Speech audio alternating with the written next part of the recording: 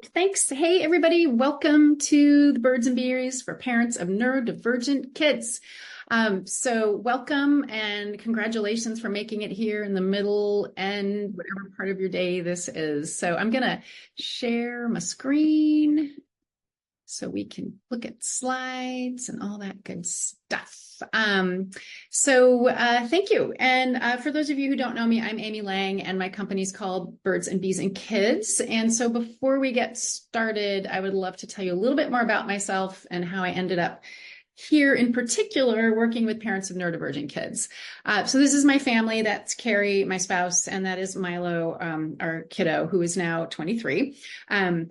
This was taken around the time that I started Birds and Bees and Kids, and I had been a sex educator for over 16 years. I thought I was going to be amazing at the sex talks, and I was not. I was very surprised at my discomfort, and so I started doing, I was like, okay, I got to sort this out because this is kind of embarrassing. And I, learned all the things about talking with young kids about sexuality, and as I was doing that, I realized I could help other parents. I have a master's degree, and my focus was in adult learning. So I combined my two favorite things, talking about sex and working with adults. And so here we are, many moons later, and Milo was completely mortified by my work, as you can imagine. So he is now 23 and launched and lovely. And Milo's neurotypical. And Carrie has dyslexia.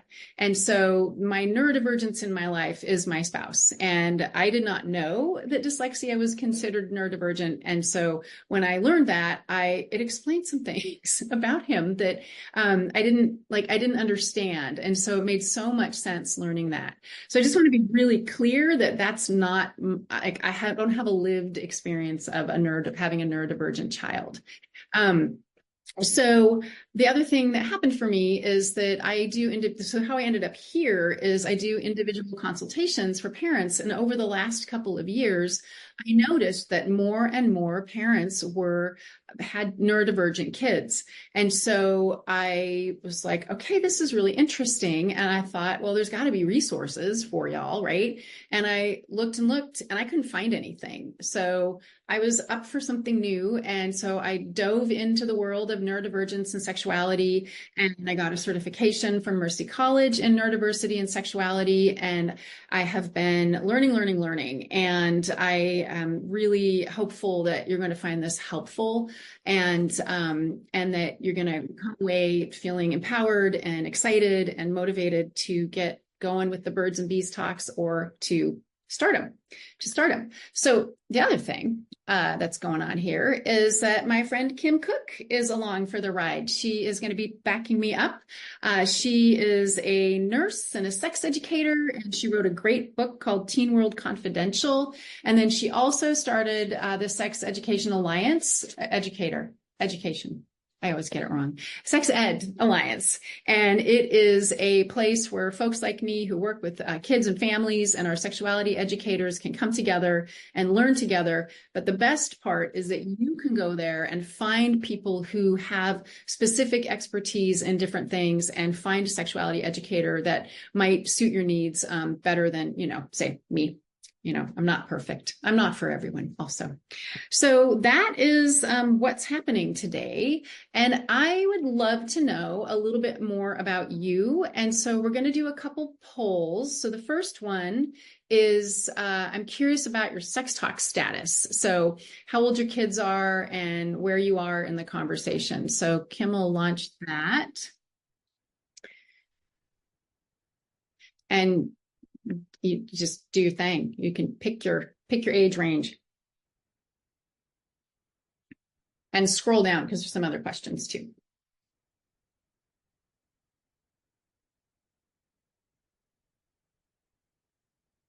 Ooh, cool. I love these polls. They're very exciting for me. Okay. 9 to 12-year-olds are winning. Got some people adulting. All right.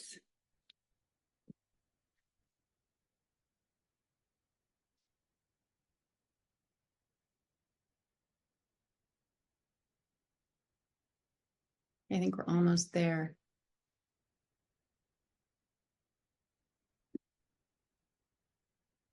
All right. We're about there. And everybody's scooching down with the other stuff. Okay, I haven't started. Okay. All right. I'm gonna end it and then we can look at who's in the room, so to speak. So let's see. Okay, we got mostly 9 to 12-year-olds, parents of, and look, everything's kind of tied up in terms of where you are in your talks. And then I always love this question. Look, 4% of you, yes, parents had sex talks. And then, one and done occasionally, and nope. So the nopes are almost always in the majority. They're almost always in the majority, which is a bummer because it makes this a little bit harder. Okay, so we're going to stop sharing this one. And then the next one, Kim, while I'm in here, I'll just do it. I am very curious about what kinds of neurodivergence your kids have or what you suspect, because I know not, it can be rough getting that sorted out. And again, you can pick more than one. All right.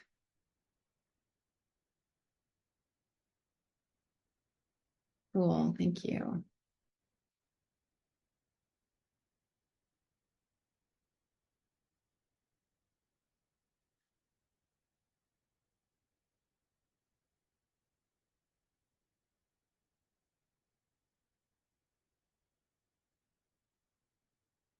Some of you are not quite sure. 80, lots of 80, 88-ers. All right. Okay, I'm just giving another couple minutes on this. All right, or seconds. Okay, it looks like everybody who's going to play is played. All right, let's look at the results of this. So ADHD, high on the scale here, and autism, not particularly surprising. Twice exceptional, 3 times exceptional. Cool. All right. Thanks. All right. Okay, that's helpful. Thank you. I appreciate it. Okay, goodbye, polls. All right, shall we get this party started? Oh, but before we do, we're going to have beautiful slides of nature as we go along. And this is just a reminder and to take a breath. So just encourage y'all to go ahead and take a deep breath. Exhale, settle your nervous system so you can do some good learning. And of course, that's not going to cooperate. Okay, so what we're going to be talking about is the importance of talking with neurodivergent kids.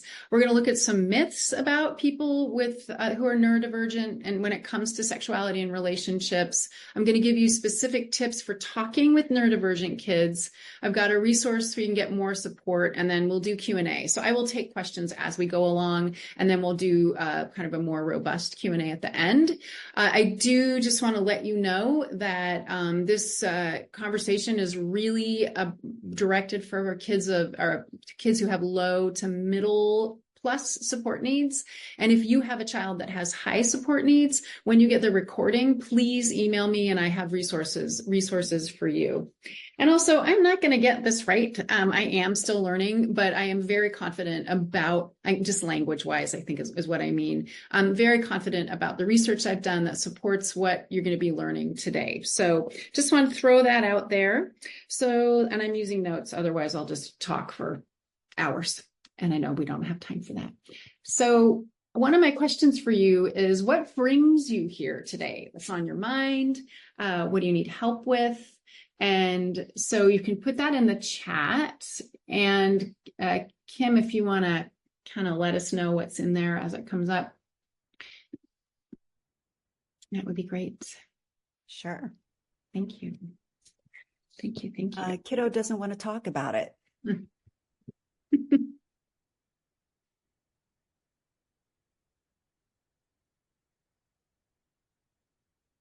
It's really common. Somebody wants to get it right. Yeah. Just interested in the topic for informing home visitors. Oh, Kids great. seems not to understand what I am saying. Mm.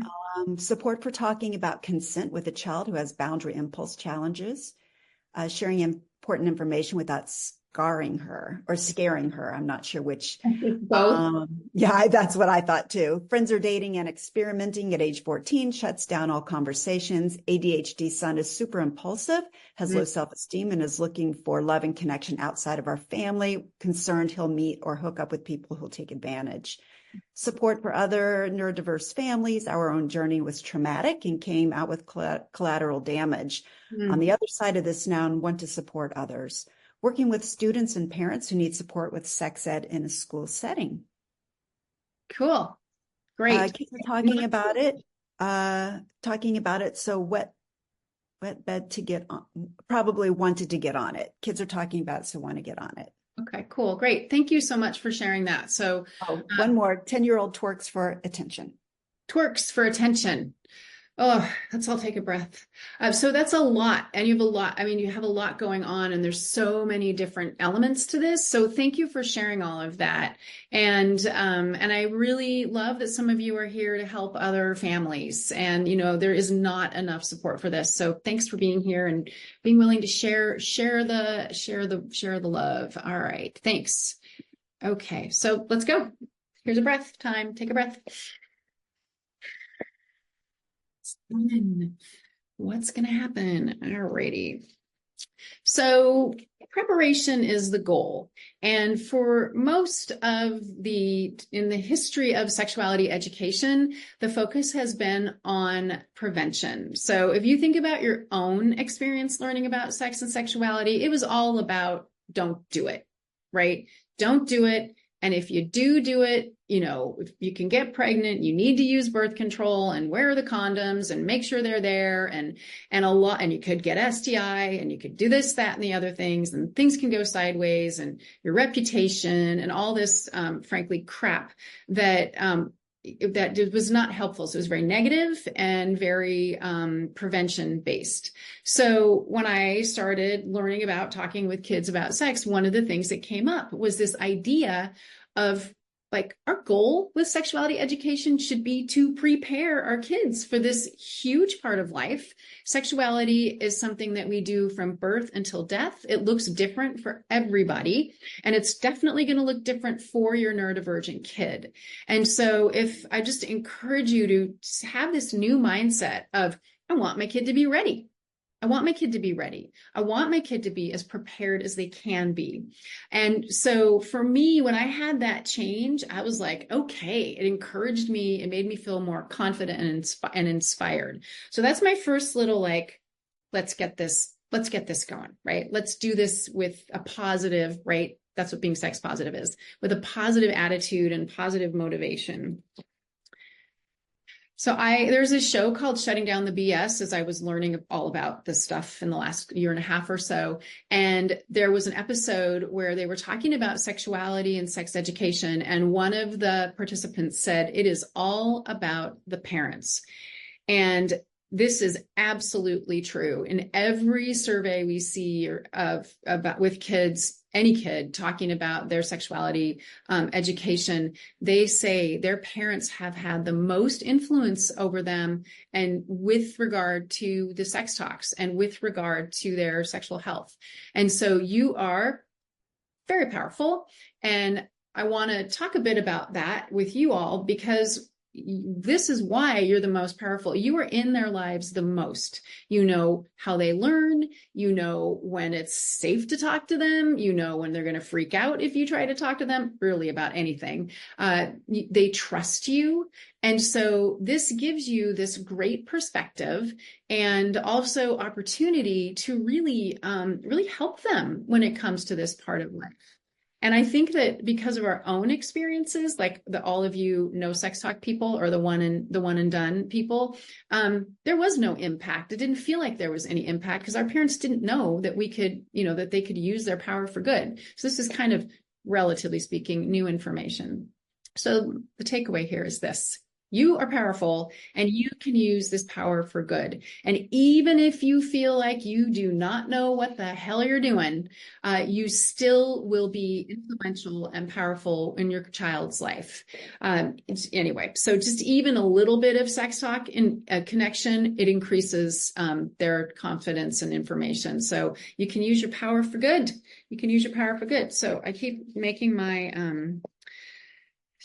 notes go away. So the next thing, nature, is let's talk about why it is so important to talk with them. And these are the biggest reasons. They're sexual beings. They have sexual feelings. They have a sexual identity. This is part of being human. It's a huge part of being human. And like I said, it is something we do from birth until death. And it can be really confusing for neurotypical folks, and in particular for neurodivergent people.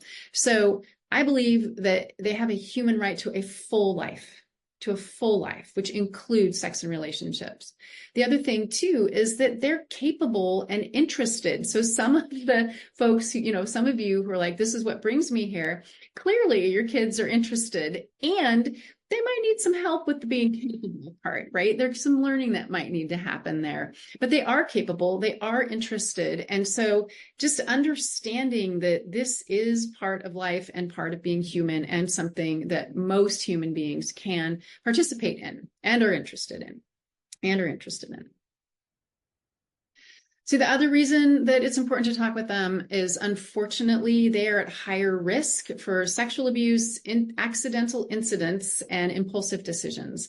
So the reason they're at higher risk for sexual abuse is that they can miss social cues sometimes. And so if someone is trying to manipulate them, they're less likely to understand what's happening. And they can be more gullible, and they can sometimes be more trusting because they're like, this seems okay. They're telling me it's okay. And so they don't understand, they don't quite understand that kind of side of life, unfortunately. And then people who prey on folks can really tell that they're going to be much easier to manipulate. The accidental incidents, this is, a part of impulsive decisions. So there may be a kid that, at school, and there's a person with boobs, and they might just randomly say, nice boobs. Or at the grocery store, great boobs. And this blurt, and it's accidental, in particular at a school setting, it can be perceived as being sexual harassment, which technically it is, but also, if they don't really know the impact of saying something like that, they're just like, hey, those boobs look great. They're nice. I'm going to say something without that, if-then issue. It can cause a lot of problems. So just as an example, another example is I was just at the Milestones Autism Conference in Ohio. And I taught this class essentially, and a lovely grandfather said to me, hey, Amy, can I talk to you a minute? I've been raising my 14-year-old son from birth, and he's autistic, and he probably has middle high support needs. And he said to me, he's into feet. He's into taking pictures of feet. He wants to take pictures of feet. And so he has been kicked out of his school because he kept asking to take pictures of people's feet, mostly girls, and he couldn't stop doing it. He kept asking because he didn't understand that was making these people uncomfortable. And the school kicked him out because it was sexual harassment, and they weren't able to accommodate his impulsive decision sort of situation. And the lovely thing was that the grandfather was just able to laugh about it and really sincerely wanted to help him. And so I gave him some advice about helping me with his behavior. The main thing was, I said he needs to have a binder of foot pictures so he can look at them and get his, feet picture taking out of his system. Maybe. Anyway, so those kinds of things make them at higher risk for stuff that's basically not good. That's not good. And most neurotypical kids can sort of outgrow like the impulsive decision making, that happens in adolescence, that kind of thing. But for your kids, that impulsive decision making may stick and may get worse with adolescence as their brains change. Double trouble.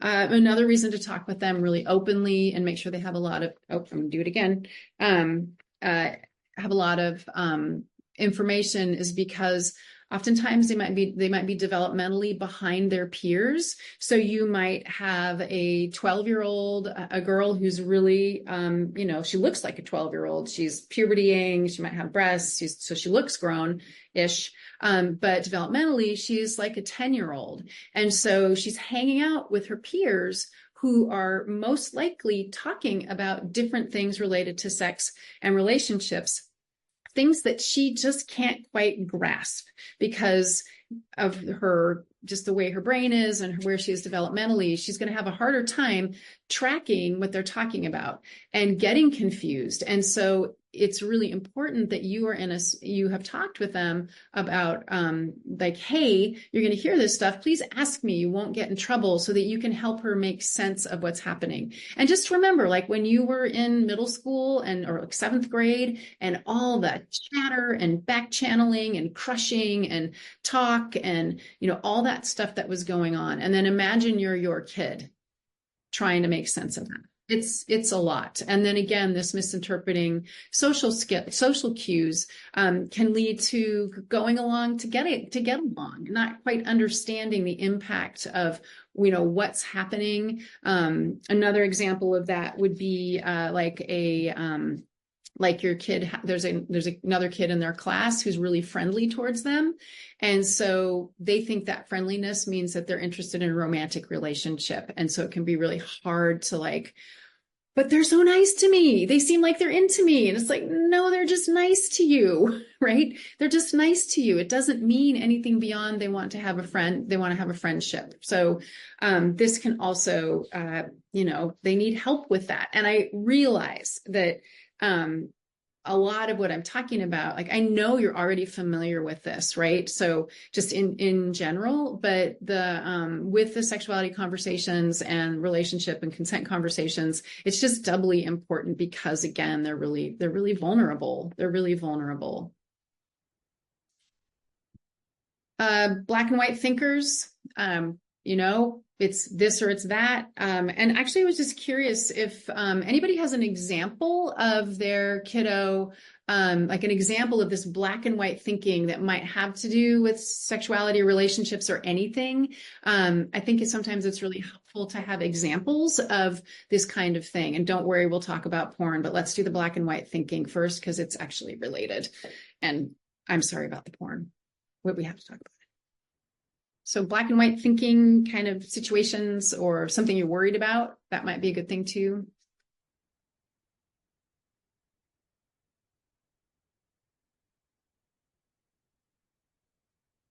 So this might be things like sex is good or bad, or sex is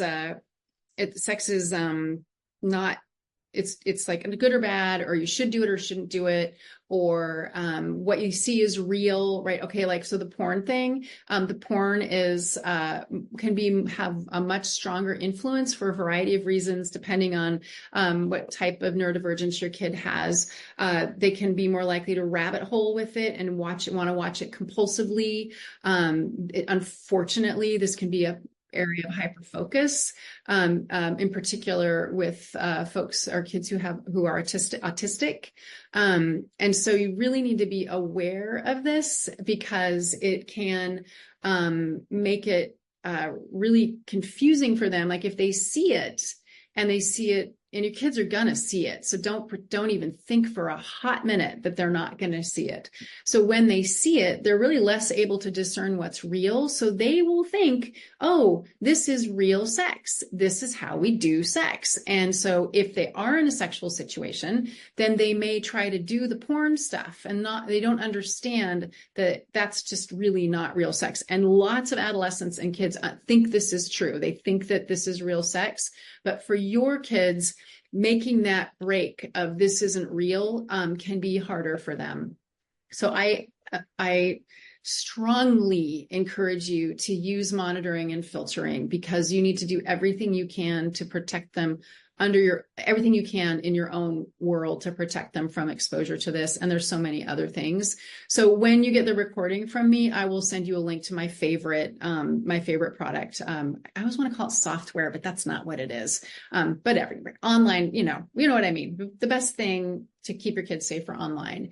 And, the last thing we all want for our kids is for them to think that this is what sex and relationships look like. And unfortunately, neurodivergent kids are more likely to be there. And they tend to spend more time online, especially boys, and get a little insulated from this. So another reason to be talking openly, Amy, those are great comments because they align with what some of the participants are saying. One person did say their child is so literal that they want to get it right the first go around. Another participant stated that she is having a hysterectomy and their autistic daughter said, do you need your uterus to live though? And she knows most of our organs keep us alive. Another person commented that they don't have a situation, but their daughter is definitely a black or white thinker. And finally, another participant stated that she thinks her son could be hurt very easily because he has big emotions. Yeah. Any feeling of being slighted makes him very upset. And this is kind of a black and white thinking. Don't you agree? Mm-hmm. Oh, yeah, for sure. For sure. It's like it's either terrible or not terrible. And the uterus, right? Like that just tells us like, oh, you got to be really, we're going to talk about this in a minute. You got to be really clear and really factual and maybe include details that you never thought you'd need to include. Like, of course you don't need your uterus, right? Like we all know that, but not everybody knows that. Not everybody knows that. Yeah, thank you for reading those. I really appreciate it. It's really great to hear other people's thoughts on all this. So I'd like to take a couple of questions about what we just talked about. So what's coming up for you? Is there anything that you want more help with or information about?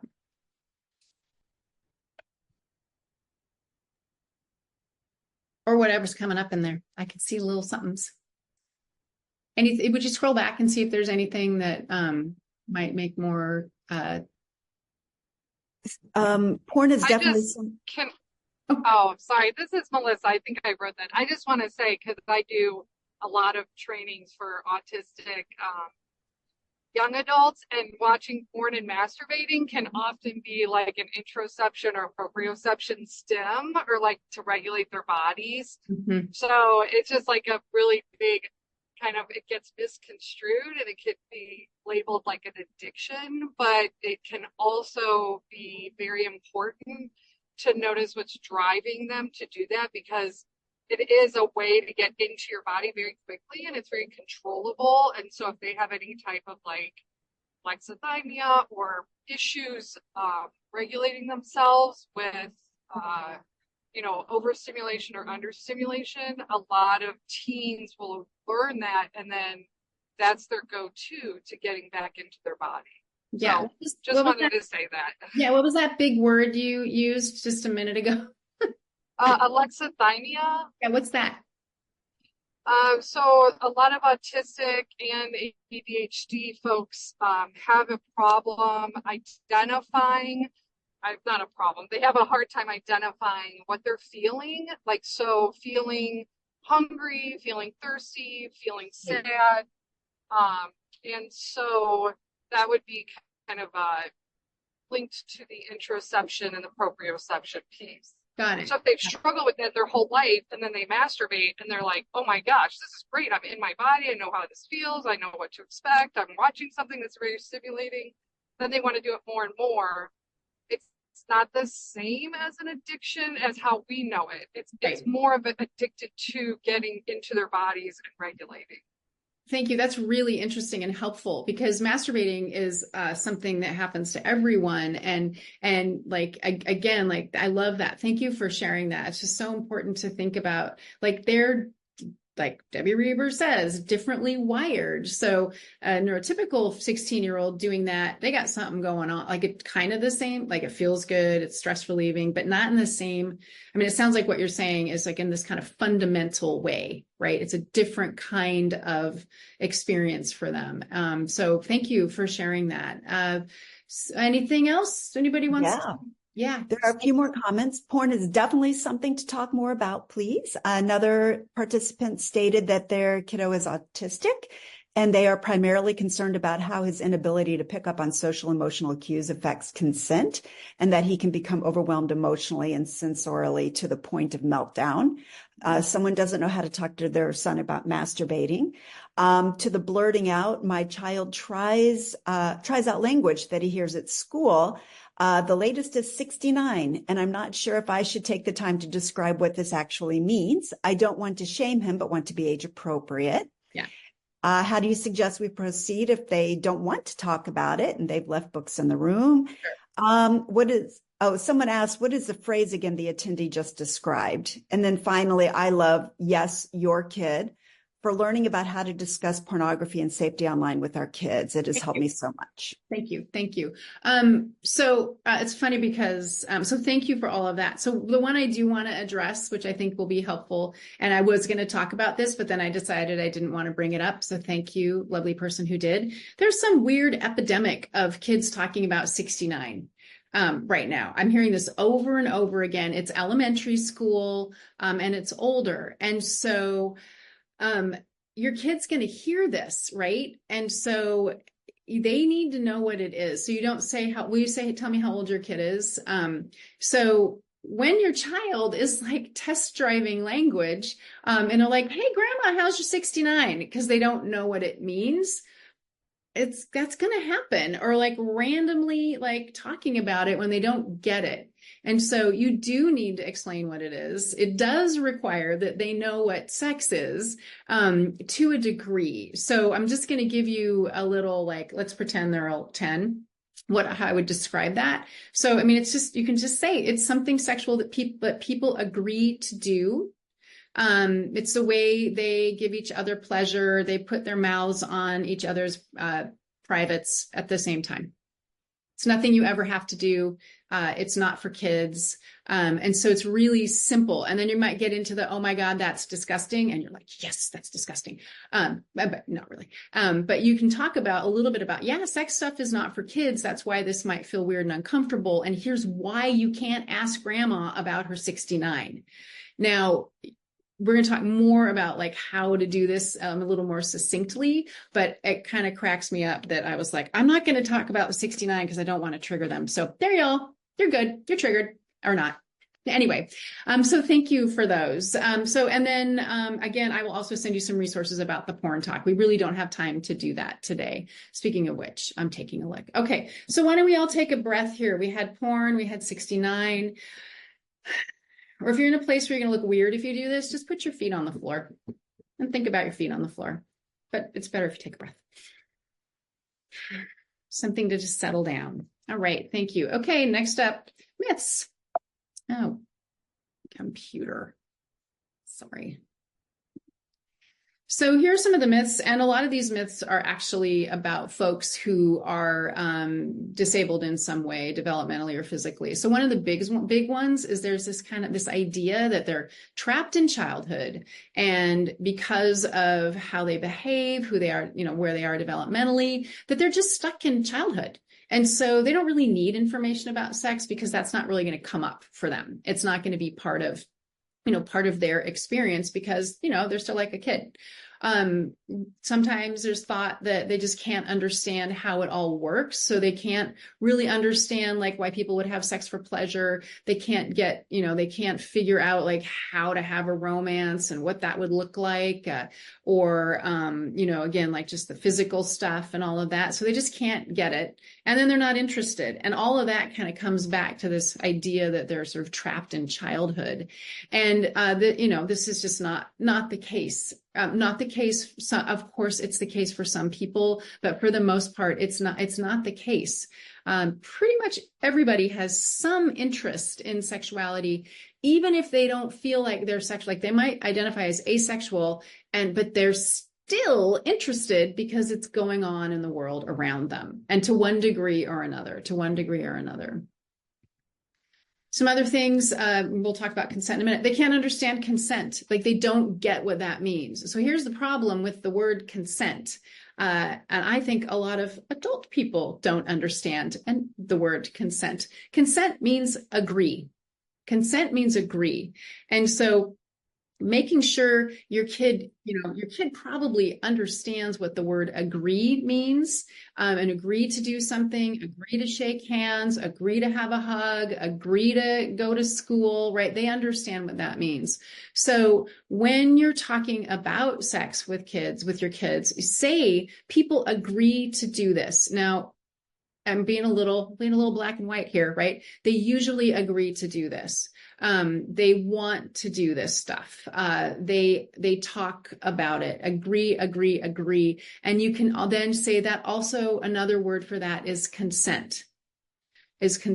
So really using simple words, but they can understand consent. Handling sensory experiences. Lots of people who are neurodivergent have sensory issues. They don't like the feeling of different fabrics. They don't want to touch certain things.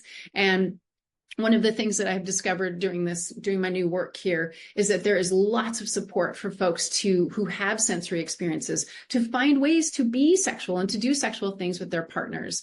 It requires a lot of communication, because they need to be able to say, I can't stand to have XYZ happen. And so there are places you can go when your kids get older. This is not 10-year-old land. When your kids get older, that you can point them to where they can learn, like, how do I do this when I'm this way? Like, I want to be sexual with somebody, but I can't stand the thought of whatever. And so that's another piece of it. And then the idea that they can't make their own healthy choices. One of the most important things with making healthy choices is having information. And so they're not going to be able to make a healthy choice if they don't even have any idea of what that looks like. And so just on the surface, well, they can't make healthy choices because they're only going to eat, white food. That doesn't necessarily mean they can't make healthy choices about being in a relationship, right? Because food's got all kinds of crap going on with it. Well, hopefully no crap, but this idea that they're not able to do these things isn't fair. And so I'm just going to encourage you to maybe just take a minute right now and either just look it down at the ground. And I'd like you to just think about for a minute, like, what are there other myths that you have or misconceptions that you've heard about folks who are neurodivergent or even disabled? And it's really interesting to me, that crossover, right? Because I don't see neurodivergence as a disability. But so are there other things that come to mind when you think about like other myths or misconceptions? And I know some of you are neurodivergent yourself, so maybe even from your own personal experience, you do not have to divulge that. And you can private chat Kim or me. It's Kim Cook or me, if you'd like.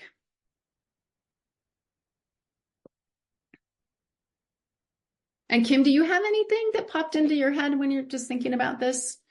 Yeah, I think a lot of people believe that individuals who are neurodivergent just simply don't want to have sex or are not interested in sex. And that is not true. They're sexual beings, just like you mentioned before. So that to me is one of the biggest myths that I have heard. Yeah. That is one of the biggest things. And I think for parents, oh my God, so much easier, right? Oh, they don't need to know this. They're not going to get busy. They don't seem like they're interested. They're not going to want to do this. I'm going to get them through the puberty piece because that's a big deal. But then the rest of it, right? And you might not be, I'm being very generalized and a little snarky about it, but I can imagine that, I did that with Milo, like with his first, he's still with his first serious girlfriend, Sadie. And for the first year and a half, I was like, oh, they're not having sex because I don't want that to be happening, which was ridiculous, of course. And I knew it was ridiculous, but somehow it kept him kind of trapped in childhood, and also was it was bad parenting move, but that was happening for me. So I just want to encourage you to, like, when this stuff kind of pops up, right? Just remind yourself, oh, I want my child to be ready for this. One participant did say that one of the myths they've heard is that they're just seeking attention. That's really interesting. Yeah, that's really interesting. Right? Yeah, thanks for sharing that. Thanks for sharing that. Okay, and this one, who already knew this? They are more likely to be LGBTQ, like autistic folks are 2 to 3 more times to be 2 to 3 more times more likely to be LGBTQ. And this means sexual orientation, something other than straight, something other than being cisgender, which is that your gender essentially matches your genitalia. So significantly more likely. And so for you, just you need to know this, because your kid could be something other than straight and cisgender. And sometimes this can be just, people can struggle with this kind of in general because of their philosophy or how they were raised or whatever.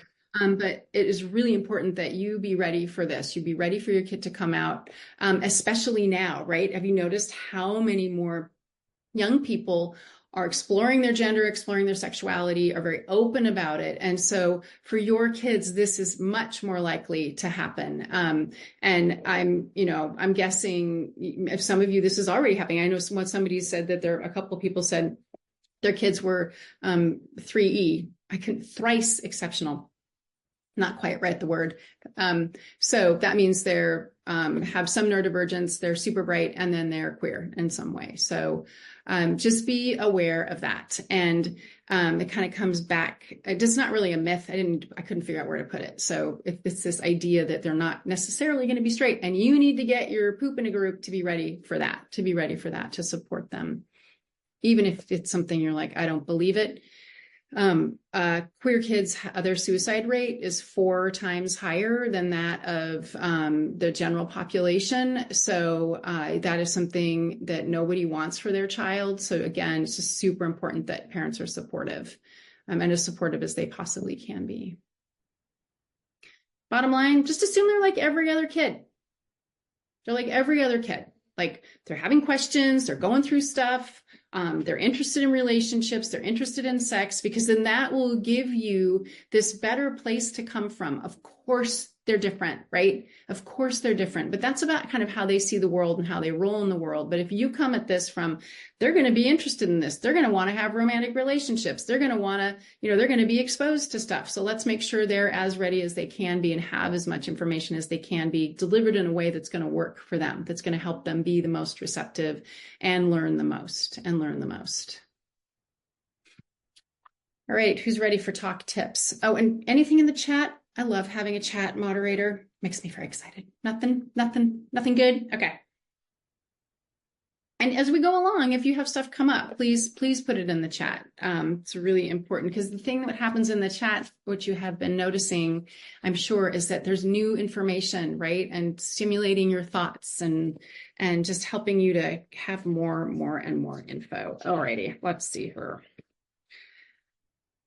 So first of all, you need to speak to their cognitive ability. So kind of back to that, the 12-year-old who's really developmentally like a 10-year-old, just as an example of that, her peers may be talking about condoms, for example, like somehow that comes up, and, who's got them, and has anyone seen one? And, maybe in sex ed, or so condoms come up. So for a 12-year-old, you can, like a neurotypical 12-year-old, or even a neurodivergent 12-year-old, you can say things like, this is something that people use when they have sex. It prevents pregnancy. It catches the semen when the person has an orgasm. It's really important to use them because it also protects them from sexually transmitted infections. We'll have them available for you. So when you decide to be sexual with someone, if you decide that, they'll be available. And this is something that pretty much everybody knows about. You'll need to have conversations with your partner about them to make sure that they understand, if there's a penis involved in the sex, that they understand, that this is something that's required to have sex with you. It's lots of detail, right? lots of detail. For 10-year-old, they're like, you overhear the kids talking about condoms. And so you can say, you know, hey, I heard the kids talking about condoms. So a condom is something that a guy can use. It goes on his penis to prevent his partner from getting pregnant. Also, sometimes germs can be passed. They're called sexually transmitted infections when people have sex. So using a condom is really important. Don't need to go much further than that.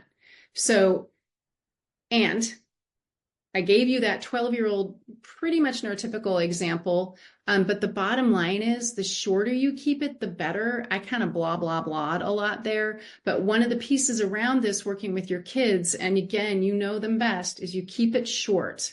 So you could give that little chunk I gave for the 10-year-old to the 12-year-old, and then maybe another little chunk and another little chunk, so 3 little pieces of the condom story. And then that gets you going and it gives them the building blocks. So keeping it short is good for you and it's good for them. Step by step. So I'm going to give you an example of that in just a minute. So sometimes, like with the condom, you may need to say, you take it out. You remember this? You check the expiration date. You take it out of the package. It gets rolled down the penis, like the banana example, right? It gets rolled down the penis. You just like you take them through it step by step. Keep it factual. We've already kind of talked about this a little bit, but keep it very factual. Keep it logical. Don't use euphemisms. And then one of the nicest things about talking with neurodivergent folks is that, to me anyway, is you don't have to mess around. You don't have to sugarcoat stuff. You don't, saying making love instead of having sex, making love, what the hell does that mean, right? In our land of hookup culture and, and that kind of thing, they're not making love. So if you talk about sex as making love, then how the hell do you make love, right? So it's a lovely way of talking about it. But just saying like really clearly, people have sex. This is what that looks like. There are different ways to have sex. So keep it really factual. Be patient. Be patient. Be patient with yourself, because you're probably going to say too much or not say enough, and you're going to be like, I blew it, or your kid freaks out, or any number of things are going to happen. So you need to be patient with yourself, because you're going to be learning how to do this. And then you need to be patient with your kid. Obviously you need to be patient with your kid, because if you get a lot of pushback from your kid, that's going to kind of try your patience, right? So you're going to need to find other ways to talk to them. And I've got some ideas for you about how to get the info into them. So you need to be patient while you figure out, how is this going to work? How are we going to do this? And then this is the thing that is the step-by-step that I really, really like. There's a sexuality educator who works directly with kids who are, I think they're autistic and neurodivergent. So she said, you need to do the why as well as the what. So I'm going to read to you her example, which I thought it was great. She said, I think it's great. I explain exactly what causes body odor, which bits of the body are affected most specifically, the reasons why it is important to wash regularly, health as well as social reasons, and exactly how to wash. So I think this is really helpful, this formula, right? Why as well as what. And body odor is a big deal, right? People get stinky, and sometimes those people absolutely refuse to bathe because reasons.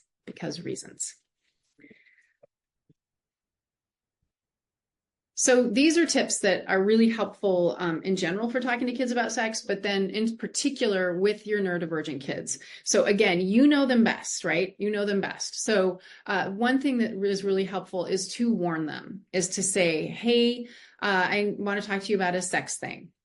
The next thing is to use a timer and just say, okay, like it's time for the sex thing. Here, I'm going to set my timer for 3 minutes, or you can set your timer for 3 minutes.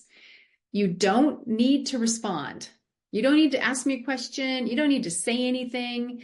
They like that because they're off the hook, right? because you might, that you're going in, you're like, hey, let's have a conversation about condoms or consent or whatever. And you're excited to have this back and forth. They're not necessarily going to want a back and forth. So when you say, you don't need to respond to me, I just need you to listen. And then once you say whatever it is you want to say, then you need to check for understanding. So just because you say you don't need to respond to me doesn't mean you don't say, what do you think? Thoughts, questions, and then see what they do. And so even if they don't respond, when you say, what do you think? There might be something in there that they're thinking, right? They might come back later. You might go back later and say, I'm just curious, like, did you think more about this? Because in the moment, you don't need a response. It doesn't mean later you can't go back. It doesn't mean later you can't go back. No eye contact. Don't do this to them. This is really for everybody. I mean, just about everybody anyway. So don't make eye contact. Don't make a big event out of this. It's very off-putting. And then how your kids learn best, right? Their learning style. Their learning style. And then the last thing is you're going to probably need to repeat yourself. So you might have the condom conversation like 4 times. Right? You need to have it with your 10-year-old. You're going to need to have it with your 12-year-old and your 12-year-old and your 12-year-old. You're going to need to have it again as they get older. So be ready to repeat. Part of that is just how they process information for your child. But again, how they learn best. How they learn best. So I have another, you want to check the chat for a sec? Is there any questions, clarifying? Yes. 2 questions did come up that I thought were really interesting that you could probably answer. Do you recommend if you overhear a topic, just explaining it then, even if there hasn't been the full sex convo yet, such as condoms or 69? And then the other question that popped up is refusal to bathe more common with neurodivergent kids or kids of all types? And then there's one other question, but I'll let you handle those 2 first. So we'll go backwards. Yes, refusal to bathe is very common with neurodivergent, more common with neurodivergent kids. And I'm a little bit outside of my, expertise area. So it's really common.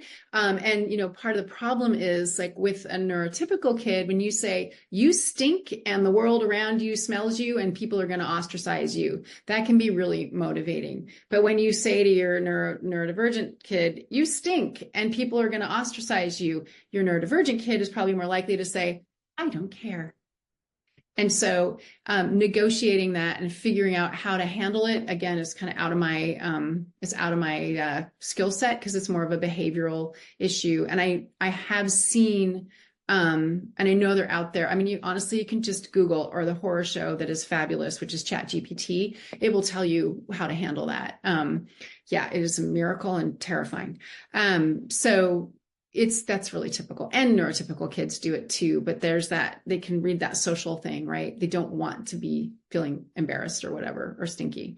The other one. So depending, like the 69 conversation, you do need to shut it down, but if your kid doesn't know what sex is, it makes it harder to talk about. What you could do is you could say to your kid, hey, I just wanted to let you know that when you're talking about 69, it's actually something that grownups do. And, we haven't really talked about this, but it's part of a grown-up relationship. And it is absolutely not okay for you to say that. You can get in trouble. You're not in trouble with me. So I just want to think a bit about how to explain it more to you. And then you go get them you go get them books. I'm going to give you some ideas in a minute, but you get the sex information in them. Usually when kids hear what 69 really is, they really stop talking about it because it grosses them out. But for neurodivergent kids, they might start blurting, right? To get attention, right? Because you might be a little twitchy and they're like, oh, this gets her going. So, none of this is perfect, like I said, but they need to know if they're using language or talking about stuff, they absolutely need to know because things can go sideways. Right? So they come home with 69 or you overhear 69. And it's okay to take a minute. It's okay to take a minute. So I'll talk about that in just a second. Just some other strategies for talking with these sweet, sweet people, or getting the information into them, because it's not always going to be talking. It's not always going to be talking. So I'm a little Miss Poll today. We have another one on learning styles. And one of the reasons I thought it would be good to do this is that I listed every learning style that I could, find. And so I'd love it if you would just list what are your kids' learning styles? Because I think seeing them is really helpful. And then also I can give you examples of how to handle, what to do with the different learning styles. Does that make sense? So if you've got a visual learner, I got ideas like that. So can you launch it, Kim? Kim's new skill, launching polls.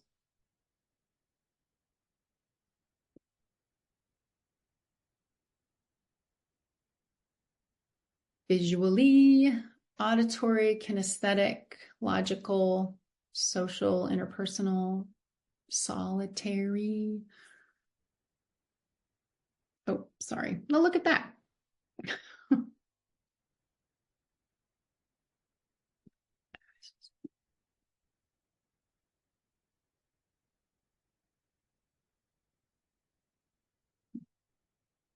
I have some questions. All right, we about there? Oh, keep going, keep going.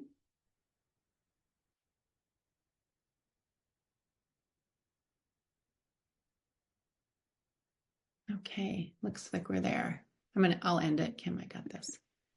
So, okay, so here are our results. Kinesthetic for the win. Oh, no, visual and kinesthetic are almost tied. Isn't it interesting that the social interpersonal makes a lot of sense? That is not a good way for a lot of your kids to learn. I'm curious about the other. Is the person who wrote that willing to pop that in the chat? And then of course there's a combination of things. Like most people have preferred, and then they can also learn the other ways. You can also learn the other ways. So I'm just going to leave this up because then it'll cue me. So first of all, visual learners, oftentimes videos. So right now we've got some really good kid-safe videos about sexuality that they can watch with you or on their own. Depending on the age of your kid, it's amaze.org. You'll need to just double check them just to make sure they aren't too much information. Auditory learners, there are some podcasts and that kind of thing, but you can also just run something like an Amaze video in the background, reading to them, absolutely, with auditory. I'm sorry, I'll back up to visually. Some of the books I recommend have really good illustrations, and so that's another way for them to learn. I know somebody said that their kid is not picking up the books and that kind of thing, so we'll talk about that in just a sec.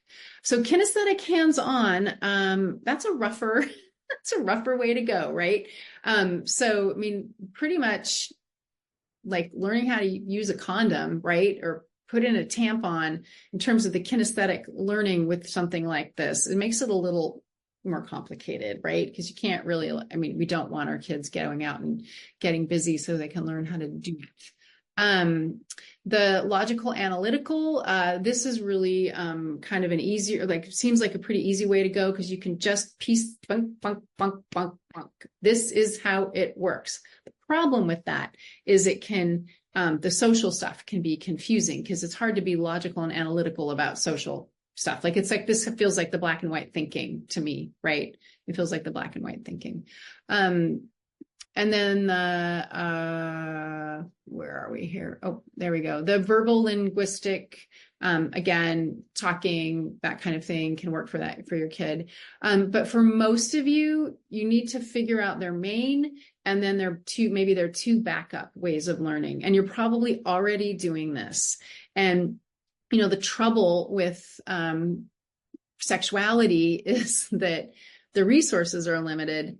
And then the delivery is also kind of limited because of just the topic, right? Just the topic.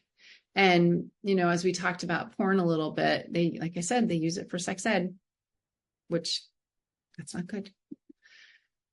Okay, I'm gonna breathe. This is one of my favorites, even though I think it's probably AI generated.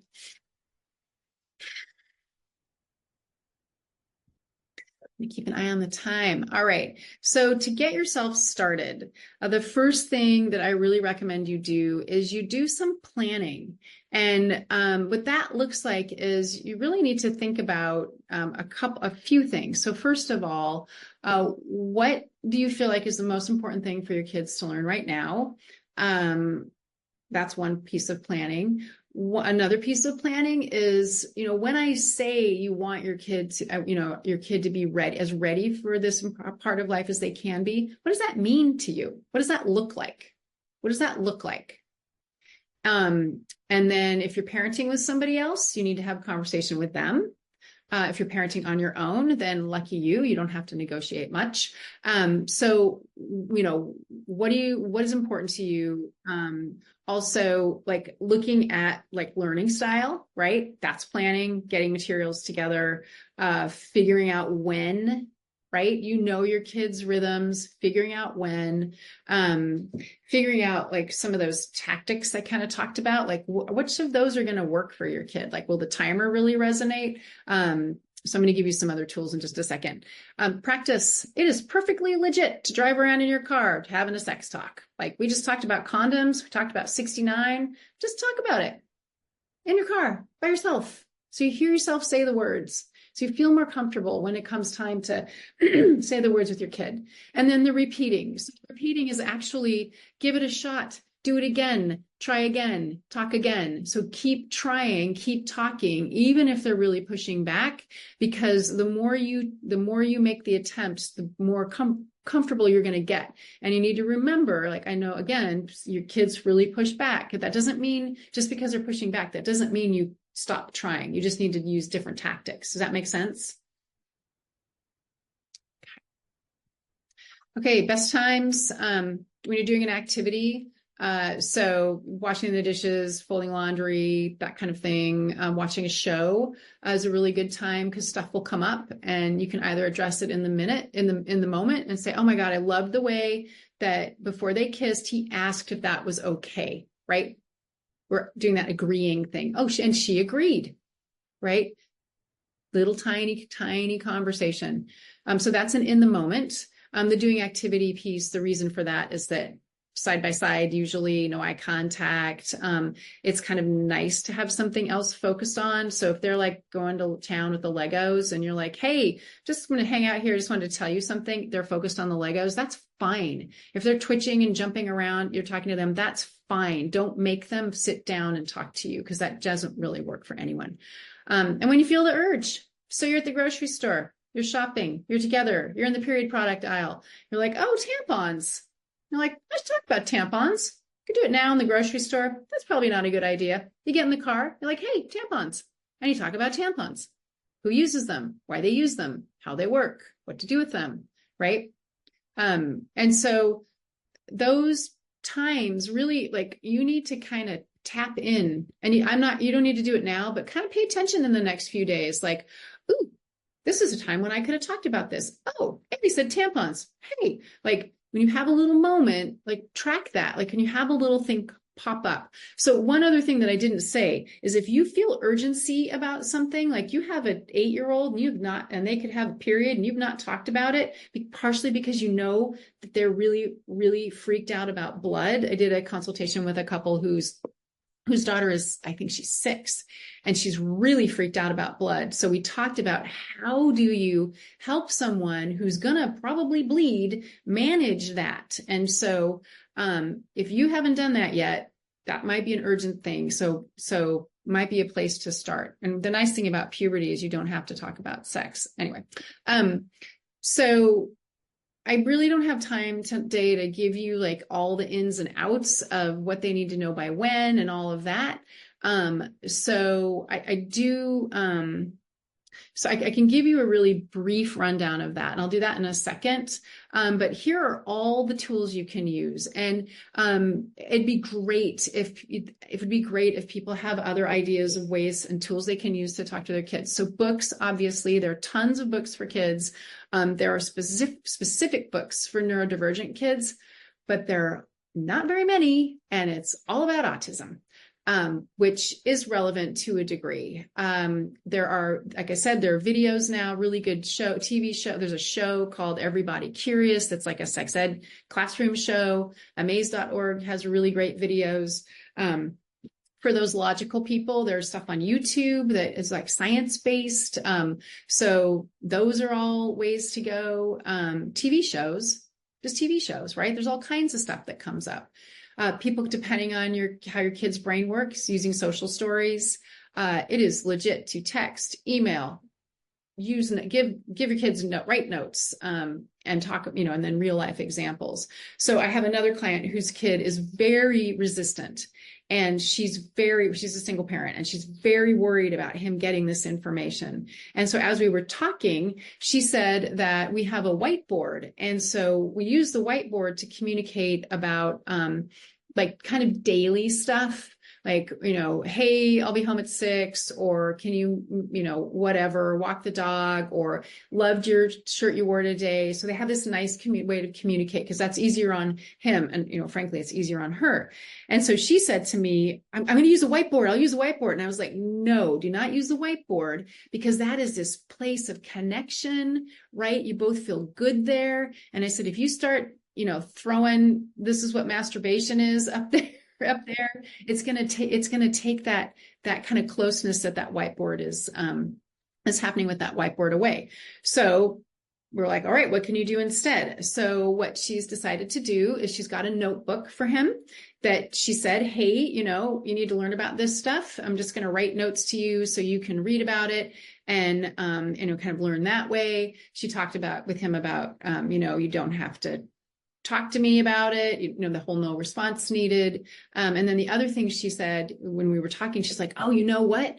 I'm going to tear the pages out of, there's a book called Sex. I'm going to tear the pages out of Sex that address that issue, and I'll just stick them in there with the notebook. So section on masturbation, there we go. Section on gender, there you go. So you can be really creative with this. And then I think my point of my story is, if there's a way you're communicating that works really well in your regular life, don't ruin it by putting sex and relation stuff in there. Like, think about other ways to do that.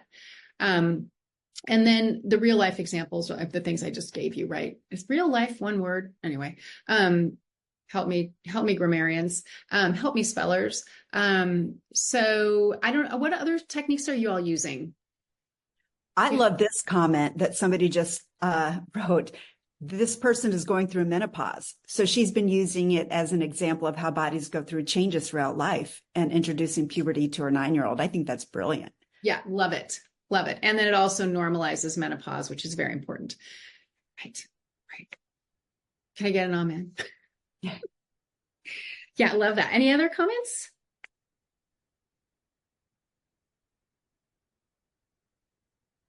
Nope. Okay. All right. So let's see. Where are we now in my land here? Okay, we're kind of getting to the end. But before we do, I'm just curious, was this helpful? Has this been helpful? And put a yes or an emoji in the chat. I want to follow up one quick second. Somebody, after I said there were no other comments, there was. Yeah. She commented that she really appreciates, what you shared about not wanting to interrupt or lose those spaces of connection and try to find new spaces for this talk. Yeah. So that was a comment. I like that. Yeah, me too. Oh yeah. Yes. Thumbs up. This always makes me feel so good. And thank you. I'm so happy to see that. So let's do a couple more questions right now. I've got time for 2. So anything that's burning up. And thank you. I'm so glad this was helpful.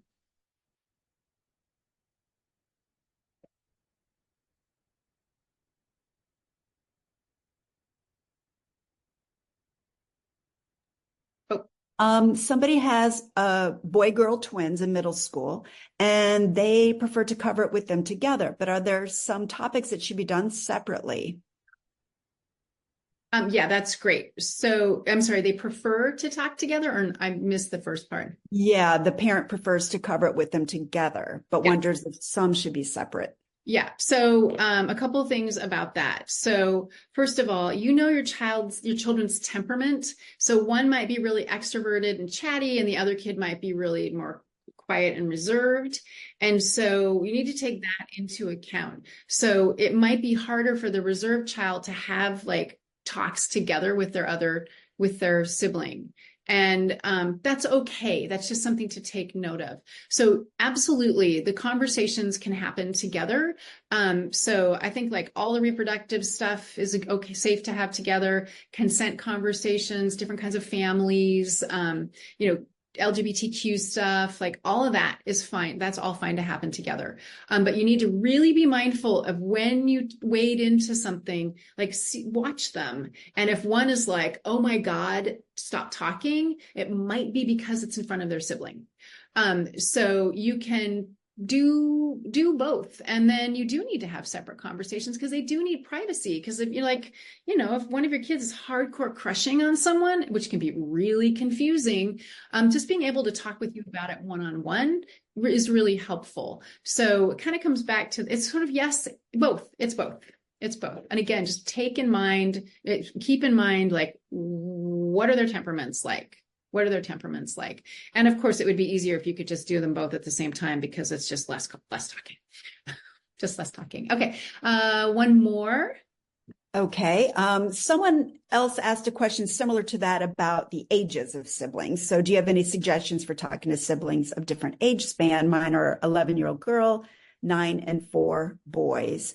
They talked about sex and bodies for several years, but as they grow up, and I'm wondering if I should start separating them during chats. It's sort of like what you just answered. Yeah. Yeah. I mean, I think just really briefly, like, anything like basically what I just said is kind of fair game for everyone. But with that oldest kid, you need to have a secret code. So if they come home and like pop the 69 question, right? Mom, what is 69? Everyone's talking about 69. And there, you know, everyone's there, then you need to have a secret code with them, which they love anyway, which means we'll talk about this later. It's not okay for your younger siblings to know this. And it can be anything like, oh, let's get hot chocolate later, or you know what? I feel like tea, anything. And they know it's like, zip it. We'll talk about it later. And then you circle back. And so, you know, anything that resonates with your kid that makes sense, it's like and you just say, okay, here's the deal. You're going to have questions now that it is not okay for your 9-year-old to hear the answer, your siblings to hear the answer to. They're too young. Imagine if you learned about blood, you know, at that age. So here's the deal. Let's do this. And then, but then there is stuff they can talk about together. So it's not going to hurt. It's not going to hurt any child to have more sort of advanced information, like before they need it, or before it's really relevant. Lots of times they're not going to remember, but they'll have the information. And, you know, your goal should be, if it's at all possible, for your kid to be the smartest kid in the room when it comes to this. And I know for some of you, this is like the last thing you want your kid to be the smartest kid in the room about, because they will run around and pontificate about it. So be mindful of that, but they should be chock full, and you cannot hurt your kids giving them this information. If it's coming from you, remember you have a lot of power and influence, and you're going to give them accurate information, and it'll be, you know, in your values based. So don't worry about that at all. But with the older kid thing, you do need to have some kind of a secret code, because it's just safer. And you can do it with a 9-year-old and a 4-year-old too. So everybody's got codes. So my general rule of thumb is that if there's 3 or more years age difference, then you need to be very mindful of the conversation. But the 9-year-old and the 4-year-old, you can pretty much talk about the same stuff. The 4-year-old's not going to get it, but they'll always know, right? They'll always know. And depending on their, you know, if they're neurotypical, neurodivergent, that can also kind of impact what's going on. So thank you for those. Okay, so speaking of questions, your questions are gonna change. Your kids' needs are gonna change, and basically everything is gonna change. Like we just talked about that. Especially right now with this idea of the secret code, right? You can kind of see how it's going to get more intense. And I, you know, with these consultations I was having, I just I looked and looked and I couldn't find any kind of like robust resource that was helpful. I could barely find anything to support parents like you of neurodivergent kids. And so there's definitely a hole there. And I decided to fill it. I just created it's like an online resource center, and it's specifically designed for parents of neurodivergent kids, just like you. And I made it so that's really easy. I know your lives are really hectic and bananas, but there are going to be moments where you need an answer quickly, or you're like, oh my God, I need a resource for this. My kid came home and asked about 69, and it's set up so that you can protect your kid, you can get their information, and then you can pretty easily hand it down to them when you need to. So they, like I said, you're the best person for the job, and they deserve to have this information. I know you want them to grow up to be whole, healthy, happy adults. Like that's the kind of the goal, right?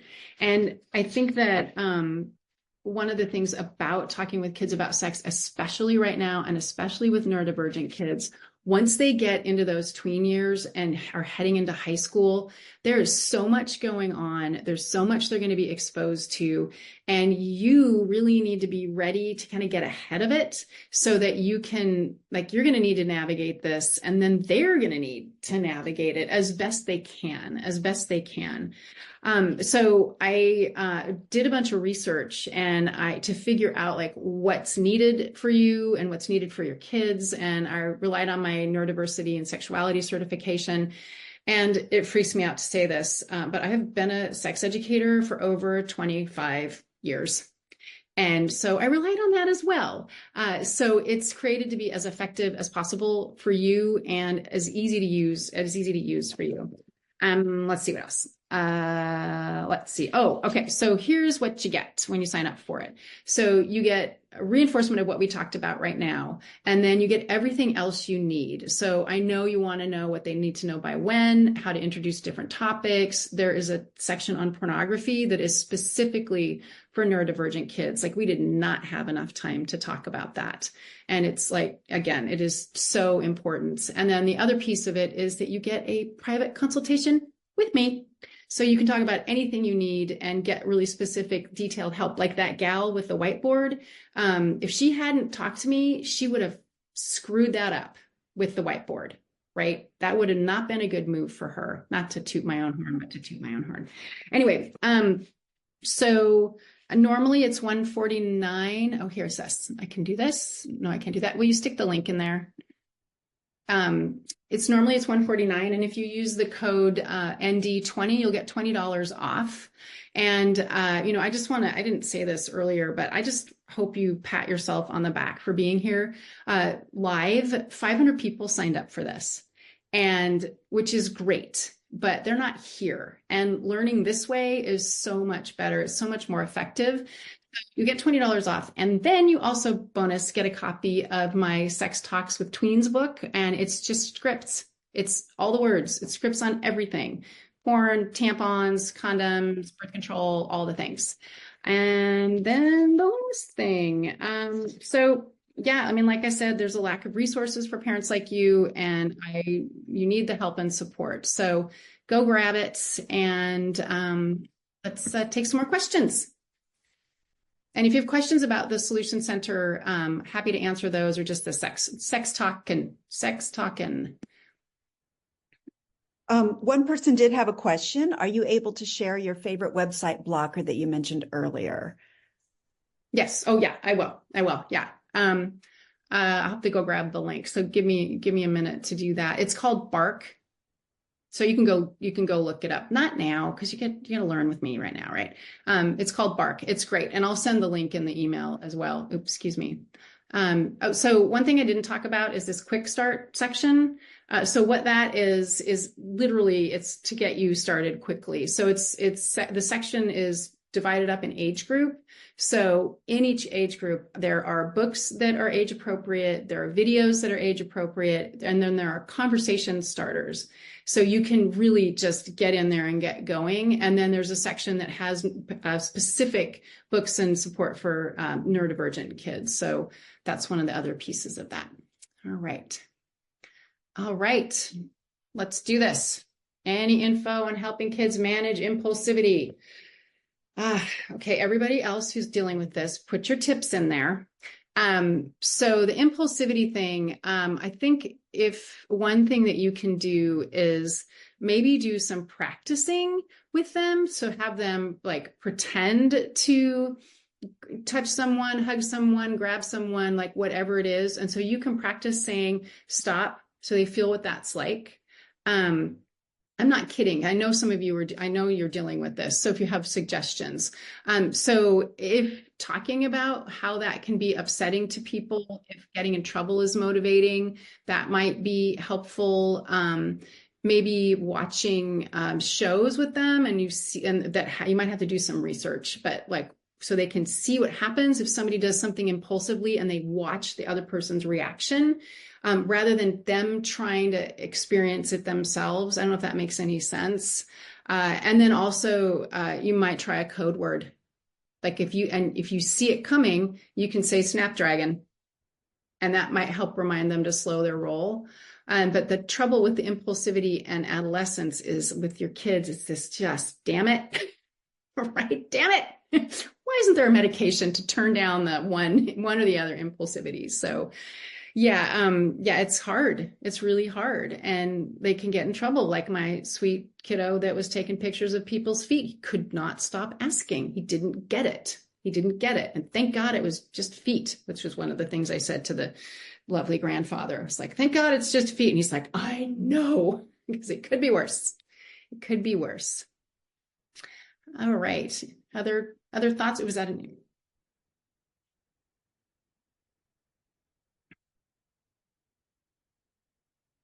What you got, Kim?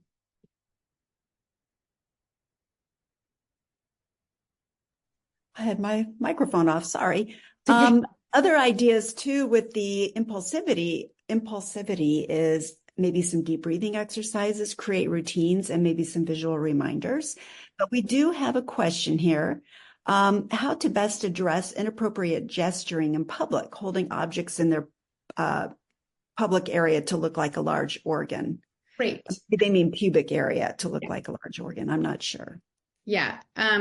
Yay. I mean, if you're not laughing, I mean, it's just so ridiculous. So I would say, first of all, you're going to have to just be a little hyper aware of your surroundings, right? So if they're in the land of the, what are those English cucumbers, right? That are wrapped in plastic and huge, you probably need to get ahead of it and like give them a job to do. It's like, hey, please go I mean, if they turn anything into a crotch, I'm going to say crotch rocket. If they put anything in their crotch, then that's going to be a problem. But kind of like, you're going to be someplace where there are things that they might go for, then be ready with plan, like, okay, I'm going to have them push the cart.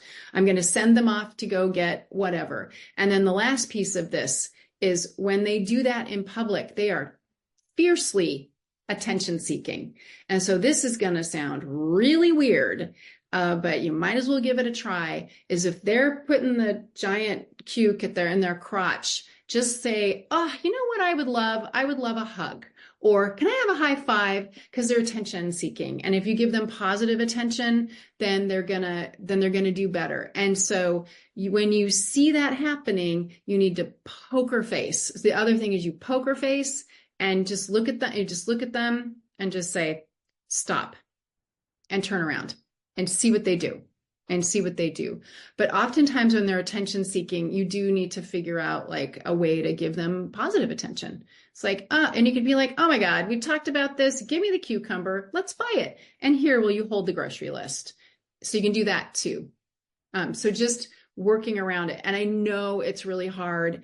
But one of the things is that lots of kids do this kind of nonsense, not just your kid, right? And so if they're 10 and somebody's watching you and you can just go, we're in a phase and just, I know it's hard because there could be more going on with your kid, but just coming up with some solutions ahead of time, just talking about it and just say, look, I know you don't care that people feel uncomfortable, but I do.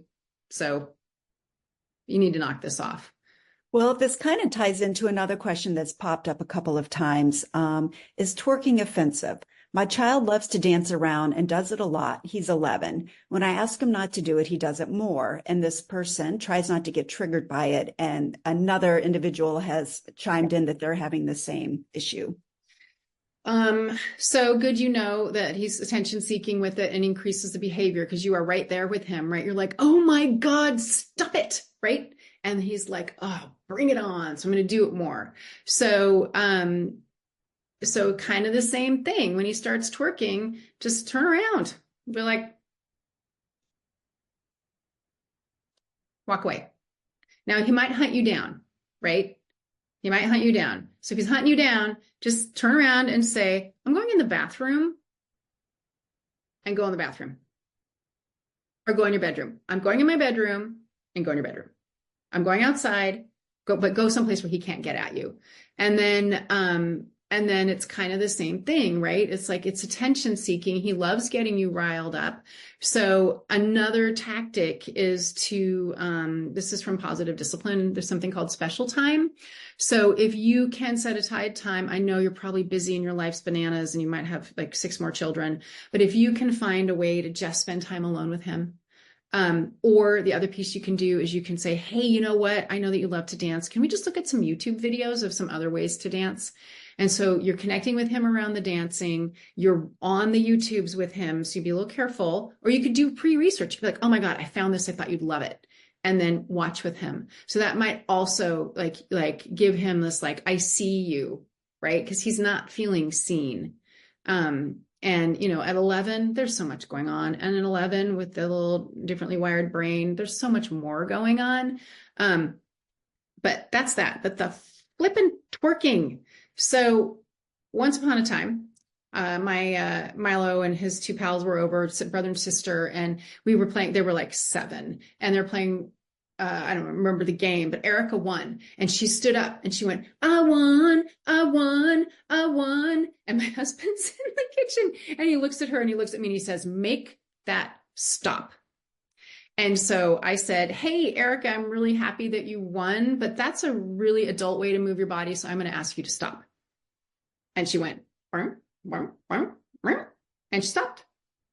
And she kind of thought about it. So that might not work for your kid, but you need to shut down the twerking. It is a grown-up way to move your body. You can say things like, people are going to make decisions about you that aren't right. Sometimes kids get in trouble for dancing this way. So I'm going to ask you to stop. Show me another move, right? This whole redirect. Show me another move. Let's find other ways to dance. So the twerking thing, that's how I feel about it. No, thank you. No, thank you. Ooh, I'm looking at our time. Okay, let's do one more. It ties into the question that you just answered, but this individual is having a problem at school when the peers laugh and give him attention, and they get school emails about his sexual comments or dances.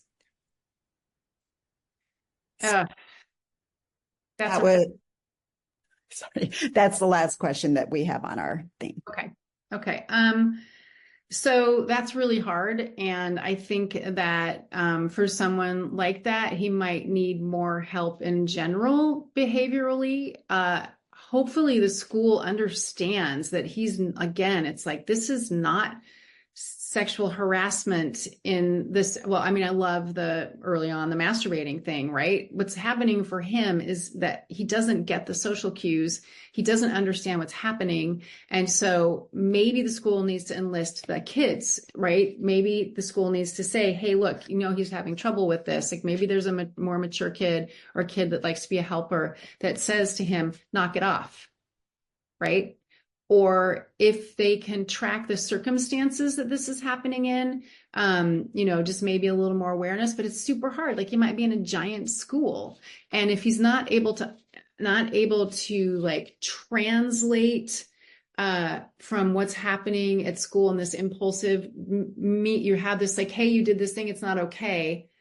He doesn't get why it's not okay because it's not happening in the moment. Does that make sense? Like if it's happening in the moment and somebody's able to say, dude, knock it off, you're going to get in trouble, or that's gross, or like, what the hell, right? Then that's going to maybe take care of it in the moment, right? But he's getting what he wants, which is attention, but he's doing it in this terrible way. I have no idea if that was helpful. I hope the school is able to see that this is about his neurodivergence. It's not about him being, evil, right? A sexual harasser, stalker. Like I feel so bad for the foot kid. So I don't know if that was helpful. If anybody else has dealt with something like this, please put it in the chat, or if you have ideas, because the problem with this is that I didn't say this, which I should have. I neglected, is like, in addition to being seen as like not interested in sex at all, or asexual or aromantic, which means they don't even want to have romance, sometimes people are hypersexual and are really into it. And that can be its own set of problems, right? So it all kind of comes back to the same thing for me, and which is this open communication, a lot of communication, attending to how they learn, and then for you to make sure that you have what you need. Anyway, we're a little bit over time, so I just want to say thank you for all your questions. It's so clear that you really want the best for your kids. And will you put the link in again for the Solution Center? I hope every single one of you gets this. You deserve it. You really do. And honestly, your kids deserve it. They deserve to have the best you for this. So the goal here is to raise whole, healthy, happy kids, right? Who have a full life, whatever that's going to look like to them. So I just wanted to say, go you, pat yourself on the back for being here and taking the time. And you've totally got this. You've totally got this. So, all right. So thank you so much. And I will be sending you replay and all that good stuff, and hopefully tomorrow, but you never know. Okay. Thank you. And thank you, Kim, for your lovely assistance. And thank you, everybody, for sharing your thoughts and ideas. It's really great. Okay. Thanks. Bye.